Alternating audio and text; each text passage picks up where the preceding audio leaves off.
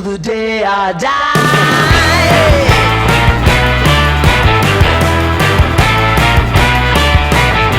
Good morning, good afternoon, good evening, and welcome to the 10th episode of The Mindful Tangent. Guess what? I don't gotta use my fingers no more. I was really excited for this because every single time I'm struggling to tell how many fingers are coming out of my mouth. Wait, that didn't come out right at all.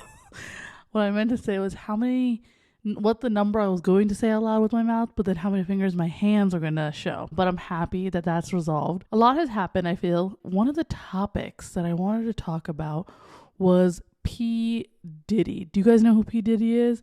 So P. Diddy, also known as Puff Daddy, was a rapper, and he's now obviously still a rapper, entrepreneur, producer. I think he's a bunch of titles, as you can say. He's known as Puff Daddy, P. Diddy, many, many names, and he's legally known as Sean Combs. He's very well known in the industry for his music or people he helps bring up. Today, what we're actually going to be talking about are the raids that actually happened at Diddy's homes. Just to give background, not background, I guess it's not background necessarily.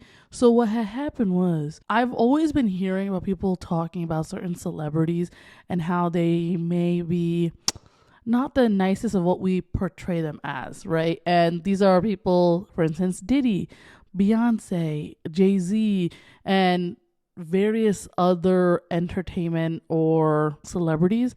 And people really, now it could be true, it could be false, we have no idea. But in Diddy's scenario, federal investigation raided his Los Angeles and Miami homes, so California and Florida home, as part of what law enforcement source told the Post is a sex trafficking investigation led by the Southern District of New York. His career as an entrepreneur and investor is in jeopardy, and then Diddy has denied wrongdoing, called the probe a witch hunt.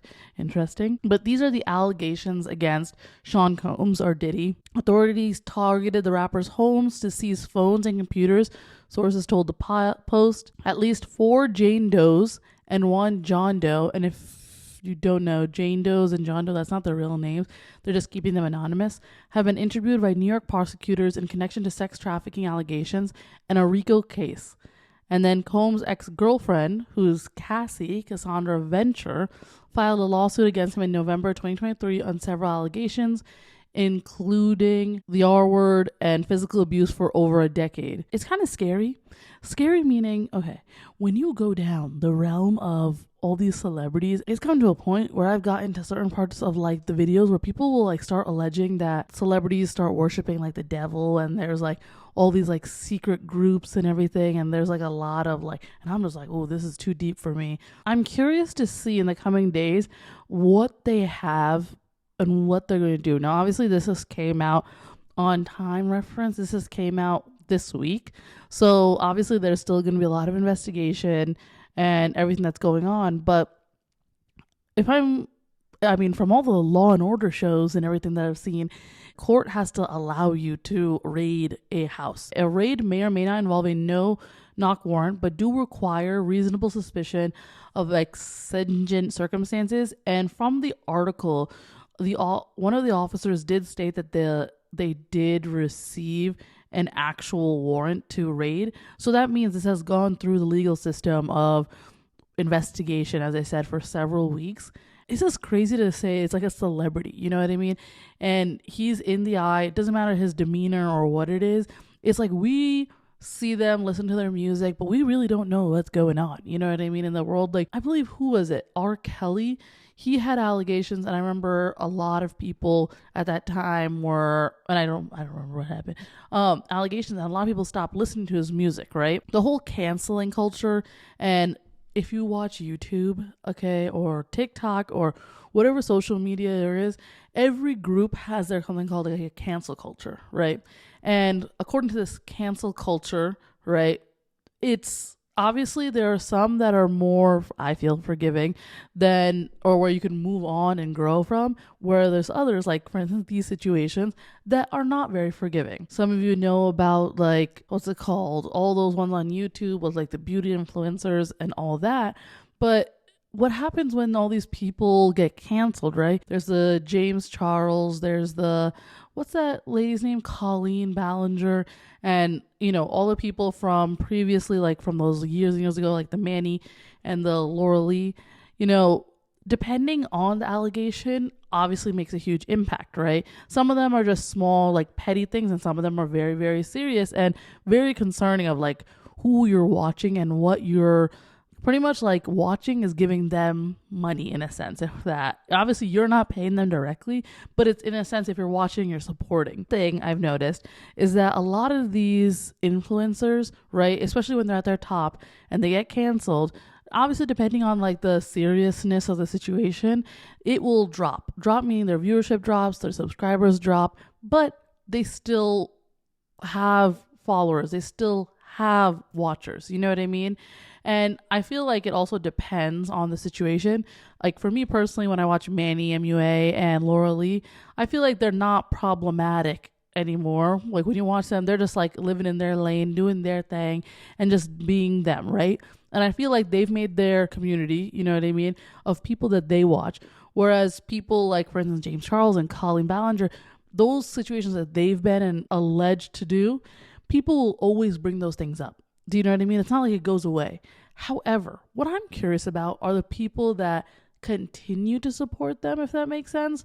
So I can totally understand if somebody did not know situations that they've been in and they're just watching a YouTuber and then they're just like, oh, okay, that's fun and exciting. It's like saying like you're sitting there and you're watching all this go down, and even if it's alleged, right, and nothing's been confirmed or whatever, you're kind of just like gotta step back and be like, something up.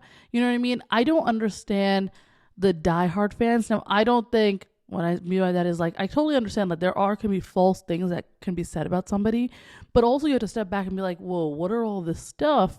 Like, should I be worried? What should I say? Let me listen to what everyone says. It's not just like blatantly like, oh, they won't do this. Nay, you know what I mean? But there are people that stick with these people through all the problems, right?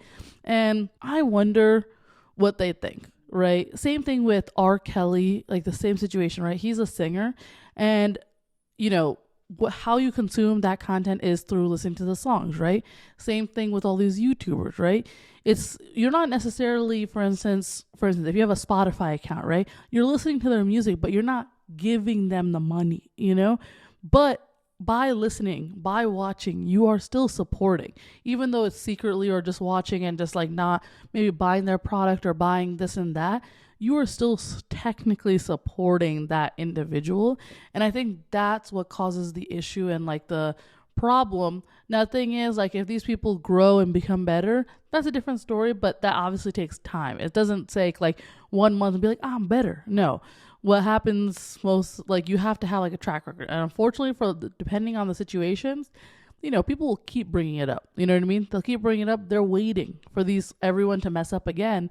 But I feel like some people do a really good job and they fix themselves up, clean themselves off, you know what I mean? And just like, okay, living their life and being unproblematic again. You know what I mean? People make mistakes, but some people, they say sorry, but then they just continue to do the same thing. And I'm like, do you not understand what sorry means?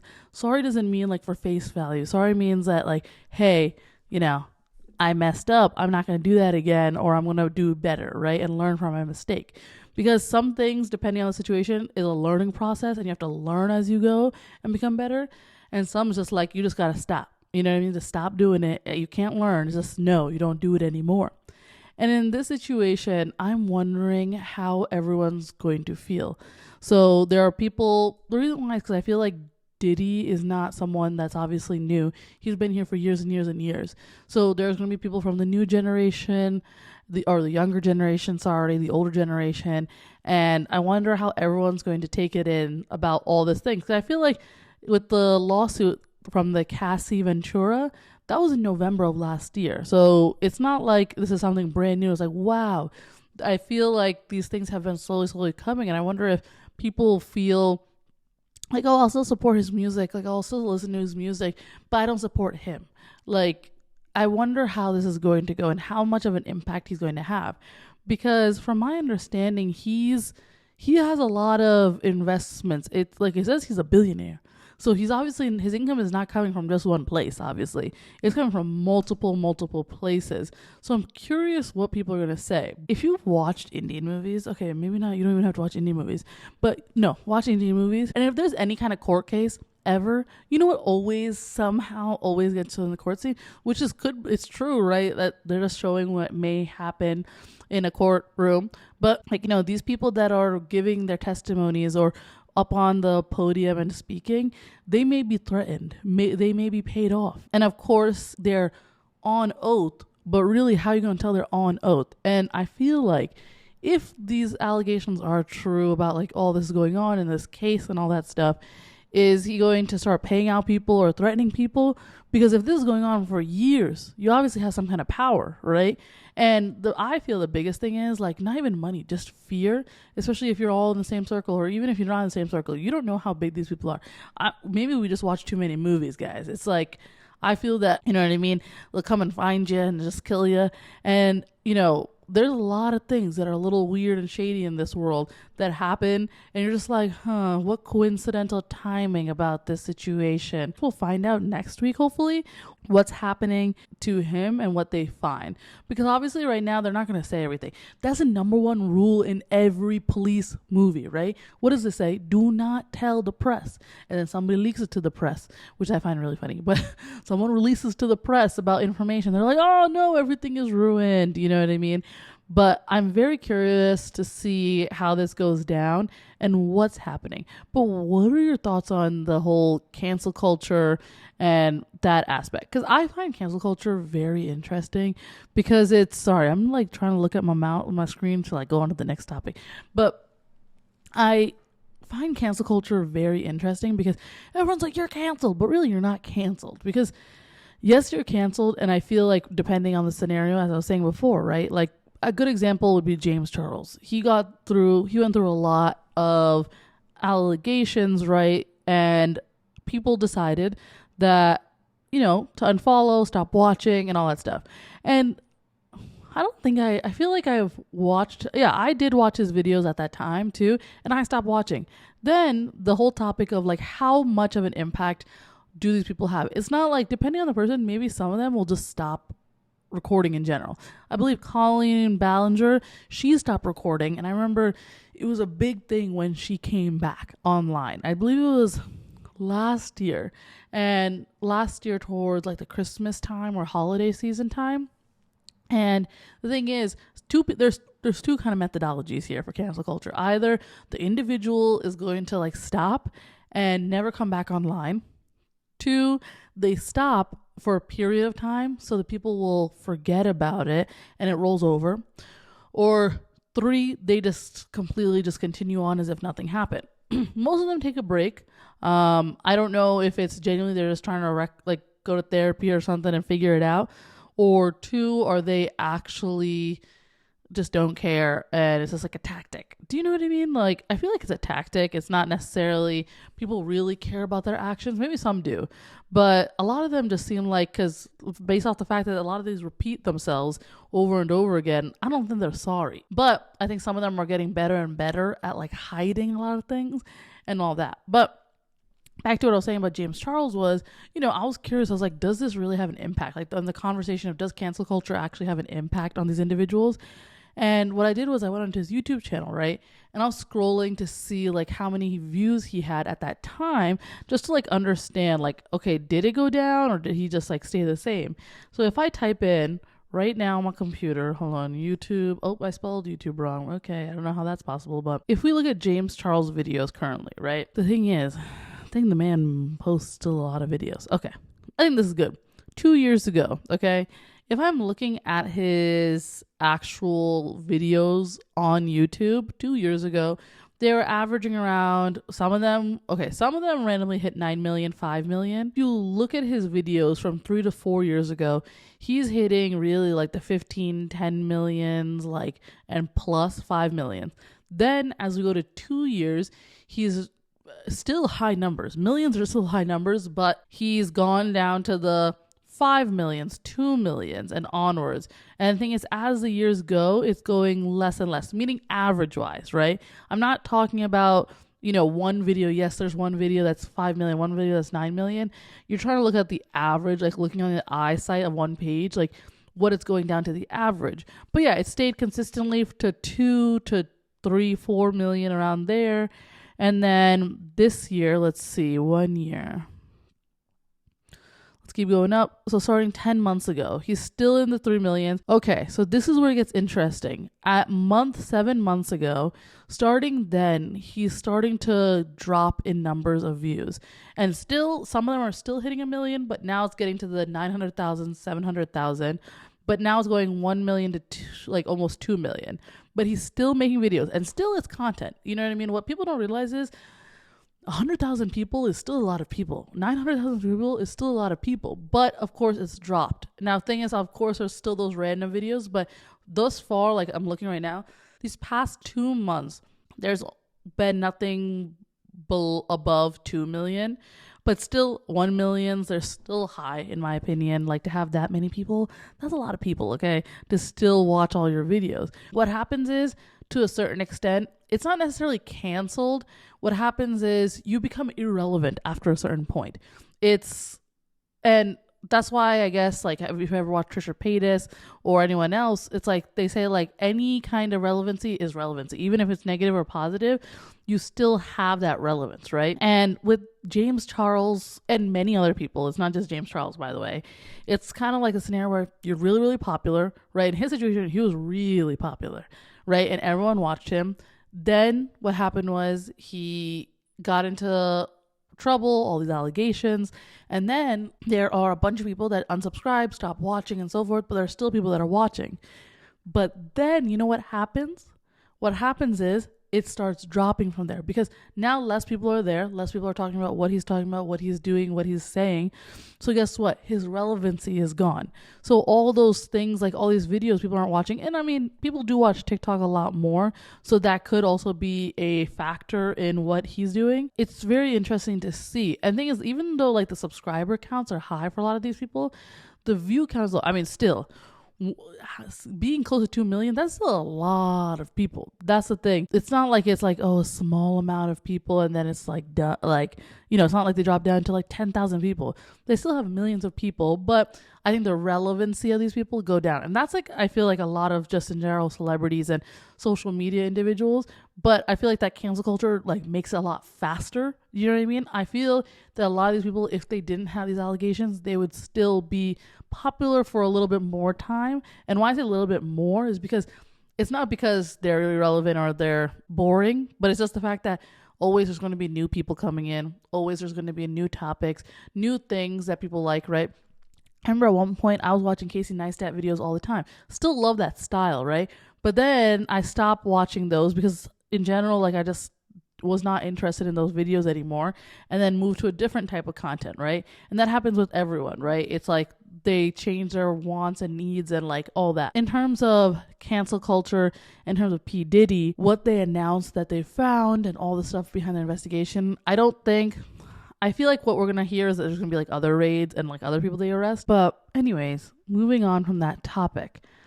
Another topic, if you don't know, I'm pretty sure everyone, at least if you're in America, you know about this, but there is the Baltimore Bridge.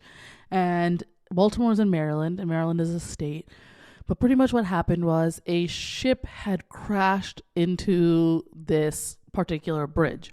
And when I was reading articles, a lot of people did not think that bridge would ever go down, but it was made around 40 years ago or so. And it's been there, and according to the Department of Transportation and pretty much whoever's responsible for taking care of this bridge, it was very good, brand spanking new. It's excellent. Or it's not new, but the maintenance and everything's done. Explain to me, right? Okay, well, there was two things that annoyed me. But maybe like, okay, you cool. First let me talk about this first. When the bridge fell, right, and there was news reporters and everything, obviously the mayor of Baltimore came out. And people were asking when the bridge is going to be made. And then the mayor's just like, I thought that was pretty cool. He was just like, the main priority right now is to save the people that fell in the water. And it's like, it's not about the bridge being built, like focus, you know what I mean? And obviously like their reporters are asking questions, but I think the timing did matter a lot, because it's like, if you're still looking for the people that fell into the water, and that's my biggest fear, by the way. I do not like anything to do with driving. Like, I can drive a lot of things, but the number one thing is like driving in the rain when it's pouring rain where you can't see anything. Two, it's always has to do when I'm driving and it's raining and it's on a bridge. That freaks me out because I'm always scared, like what you see in movies, like they spin and then fall off. And then the third is, here in Connecticut, we have like certain areas here that are really big hills and valleys, and the roads it's all four, like, there'll be a road, right? And it's turning a corner like this, and it's a sharp turn. And what happens is, one side is like this stone. Stone means part of the mountain or hill. I don't want to say mountain. We don't have mountains here. And then the other side is just a drop in the forest. And I'm just like, and it freaks me out because I'm just like, and I go so slow during those areas because it'll just be, I'm so scared that I'll just like skid and just go. Even if it's not raining those times, I'll just skid. But it's always, if you've seen those videos where like these girls like sell these, safety, like, the sprays and like these like stab things. And one of those things, I believe, is like the protection in the car. And you wonder, it's like, are we really prepared for a lot of things that may happen or happen? First of all, you should all be wearing a seatbelt. I know not wearing a seatbelt is convenient, but it's not convenient when you get into an accident and then you're flying or you're dead. Okay? It's not convenient at all. And I will say one thing. For all my people that live in New York, anytime I talk to a New Yorker, right, they're always like, no, you don't have to wear a seatbelt. That's a rule in New York. I'm like, are you sure? That seems like a really old thing. Please Google your state law. Because I remember I was like, at one point, I'm like, no, this doesn't make sense. If you get into my car, at least, wear a seatbelt. Because I don't want it to come down where it's like, oh yeah, I don't have to wear a seatbelt. No. The rule is, if you haven't checked your recent laws, those in New York, in 2020, your state passed a law that you all have to wear a seatbelt. Okay? It doesn't matter.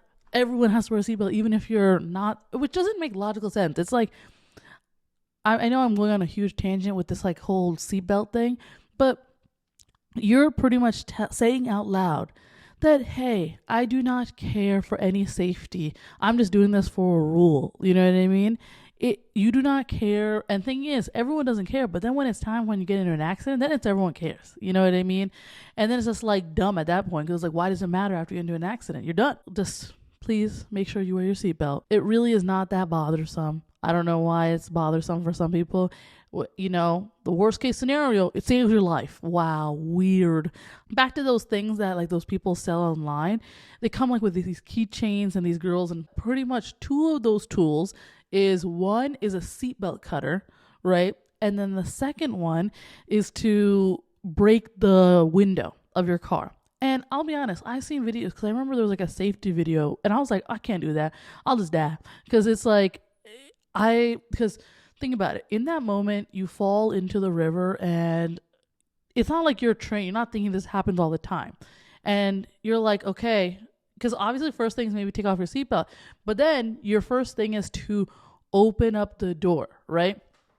I remember it was like, there was a rule where it's like, if the water comes at this point level, you have to push the door after this, or it's hard. And then I'm like, okay. Or it's like, next is breaking the glass. I'm like, who's thinking about this stuff when their car is falling from bridge? I could not. I'll be in panic mode. You know what I mean? I don't know. Maybe something will kick in, but like, I'm pretty sure most people are not thinking like, oh, okay, I have to open by 1/3 of water, open it. You know what I mean? And then it comes like, should we all have these like safety precautions if we're going over a bridge? Obviously, we're assuming that a lot of bridges are not breaking down anytime soon, which I would hope so. But unfortunately, the people that did fall, I believe they have found bodies. So people have passed away, unfortunately, from that incident. But the thing that annoys me the most, okay? And I'm not educated on bridge making. I don't know if it's a civil engineer, architect. I don't know who makes this stuff, okay? Maybe it's both combination. I do not understand how this bridge broke down, okay? And you may be telling Sneha, the answer is that it hit a pillar and it had this physical physics effect and like I fell down. No, that's not what I'm saying, okay? I understand that, okay? Maybe I'm just questioning everything, and I think it's going into investigation too, though, like under whatever department it is for bridges. They're trying to make sure, like, was it actually being maintained? Was everything okay? Maybe I'm dumb, okay? I'm an accountant, who knows? But maybe I'm just so dumb. What I don't understand is why... Okay. There's lots of bridges in this country, okay? I'm not speaking for any other country, just in our country. There are bridges that are really, really big, and they go over huge bodies of water. Some that go over a creek. Some of them that open up like this, right? You know what I mean? When a boat comes through. Some of them are high enough where a boat already goes underneath. There are some that aren't high enough because there's no boat at all. Do you know what I mean? And I feel like it is an architect and engineer's duty, and whoever's involved, right? I'm not going to say just them, but whoever's involved, duty to be like, okay, what is this scenario? Where are we? What is this bridge needed for, and where is it located? And the reason why is because this is an actual port, right? It's not like, oh, this boat was just randomly there. It's a port, right? And of course, like, if you didn't know, like, the boat itself, like, I believe it lost like propulsion itself. And I watched a lot of Below Deck, okay? If you didn't watch Below Deck, I watched a lot, okay? That stuff is serious and it freaks me out every time watching that show. But you know what I mean? They kind of lost control. But they had like professionals in there that like know the port and guide these individuals that are on the ship of like properly getting out and not hitting anything. But because of the propulsion, it just ended up hitting the pillar. Why is it that, okay, if I know there's a port, right? That means what kind of boats are coming in, right? Because there are different, like, you know, here around my area, it's a lot of like, you know, people for vacation or summertime, they take out their little boats and be like, woo, look, boat, you know what I mean? But it's not like a huge ship with, you know, literal cargo. And in this place, it's all like, you know, big ships, right? Oh, and I'm assuming small ships and big ships. But wouldn't it, now thing is, it's one thing if like a ship like hit 2 pillars, that's a freak accident, right? But I would assume that if it hit 1 pillar, that, like, unless the only thing I'm thinking is it was built correct. Okay, sorry, let me finish the thought. Is that it hit 1 pillar and just completely collapsed. Because I would feel that then that means that that bridge originally wasn't built correctly. And the thing is, maybe, and I'll say it's been 40 years, right? So maybe the use of the port has changed since then, but then that's also the responsibility of whatever year we're in that there's changes, that their responsibility to like look at the bridge and be like, does this need to change? And it's just crazy to me that like 1 ship, and obviously it's a big ship, I'm not talking about that, it's just the bridge itself has a function. And the fact that 1 pillar went and none of the other pillars could support that bridge is absolutely insane to me. That means somebody did not do their job. That's just my personal opinion. And some people, it could be the case that like maybe they did have all the supports and they how they created it, but I mean, well, then that means your plan didn't work, honestly, whatever you decided to make. But like, unless I'm missing something, which I don't think I'm missing anything, because it fell at the end of the day. The bridge did collapse. But it's just insane to me that nobody thought that like, oh, this is not built. And I don't know what the rules are, once again, like what is being reviewed. Like, is it looked on an annual basis or quarterly basis or every 4 years? You know what I mean? Of, okay, is this bridge still good? Do we need to do a evaluation? We need to rebuild it? What is the thing? You know what I mean? Because I know some people will expand bridges when there's traffic. You know what I mean? They're like, oh, okay. Like, for instance, the Tappan Zee Bridge or Governor Cuomo, whatever that, it's Tappan Zee Bridge. The Tappan Zee Bridge, you know, when they change that, like, I'm assuming that's because of the traffic, right? I've seen Below Deck, okay? And if you haven't seen Below Deck, it's pretty much a reality TV show. And pretty much there are rich people that come on boats. And this is not talking about the rich people. It's talking about the people that work on the boat. And there's always a portion on that show. Like, the show's like pretty much bifurcated out into different sections of like cooking portion, which is like they cook for the people, the activities that they have, the cleaning aspect. And then obviously maybe if like a guest is a little dramatic, that portion. And then the other portion is getting this boat out of the port and back in, right? And from this show, I'm like learning, like, and obviously these boats are not as big as that ship, right, with the containers. But I mean, they're big and they're small ones, but still it's like constant communication and always like they start freaking out. If something doesn't happen and it's nighttime, they have to check the winds. They got to check like 500 things because they're saying like within like a matter of hours, like something can go and crash and go wrong. You know what I mean? And nothing can stop it. And it'll just keep going.